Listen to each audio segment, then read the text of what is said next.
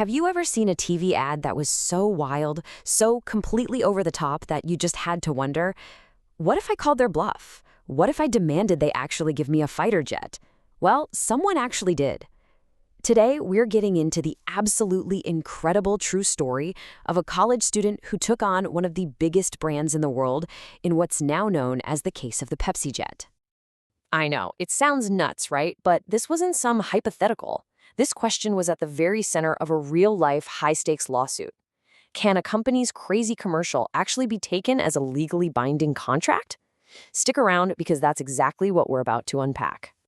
Okay, so to really get this, you've got to picture this scene. We're talking the mid-90s. The cola wars between Pepsi and Coke were in full swing, and these companies were pulling out all the stops to win you over. Pepsi launched this massive campaign called Pepsi Stuff. The whole idea was, you collect points from their products, and then you can trade them in for cool merchandise. And to promote all this stuff, they rolled out this now legendary TV commercial. It shows this kid decked out in Pepsi gear, the t-shirt, the leather jacket, and then the ad cuts to him landing a Harrier jet right outside his high school. And splashed across the screen is the caption, Harrier fighter jet, 7,000 Pepsi points. It was clearly meant to be this huge, ridiculous punchline at the end. But here's the thing, not everyone saw it as a joke. Enter John Leonard, a 21-year-old business student. When he saw that ad, he didn't laugh. Nope, he saw an opportunity. In his eyes, this was a legitimate, legally binding offer from one of the biggest corporations on the planet. And this is where it gets really fascinating. Leonard didn't just fire off an angry letter. He was incredibly methodical about it. First, he got his hands on the official Pepsi Stuff catalog and just pored over the fine print. And that's where he found it, the golden ticket, a crucial loophole. The rule said you could just buy Pepsi points for 10 cents each. So he suddenly realized he didn't need to drink a literal ocean of soda. He just needed cold, hard cash. And this is when the gamble got very, very real. Let's do the math. 7 million points at 10 cents a pop, that comes out to $700,000. So Leonard, being the business student he was, actually put together a whole business plan. He managed to convince a group of wealthy investors to front him the money. He then sent a certified check for the full amount to Pepsi, along with his 15 original points, and basically said, okay, where's my jet? So, as you can probably guess, Pepsi's first move wasn't to call up the nearest Air Force base. They sent the check back, explaining that, obviously the jet in the ad was a joke. But John Leonard, he wasn't backing down. He sued them. And that's what kicked off the landmark case we now know as Leonard versus PepsiCo Incorporated. So once it got to court, the whole thing really boiled down to this one central conflict. On one side, you had Leonard and his lawyers arguing that the TV ad was what's called a unilateral offer. By sending the money, he'd accepted that offer, and boom, you got a contract. On the other side, Pepsi's lawyers were basically saying, are you kidding me?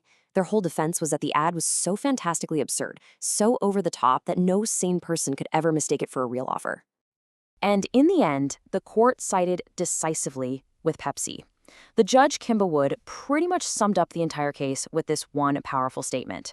She ruled that the idea of getting a multi-million-dollar military aircraft for just $700,000 was, well, simply not a believable deal. It just wasn't reasonable. So you might be wondering, how exactly did the court reach that conclusion? What was the legal logic? Well, it all came down to this single, really fascinating legal concept that's super important in advertising law. It's a little something called puffery. And this idea of puffery really gets to the heart of Pepsi's defense.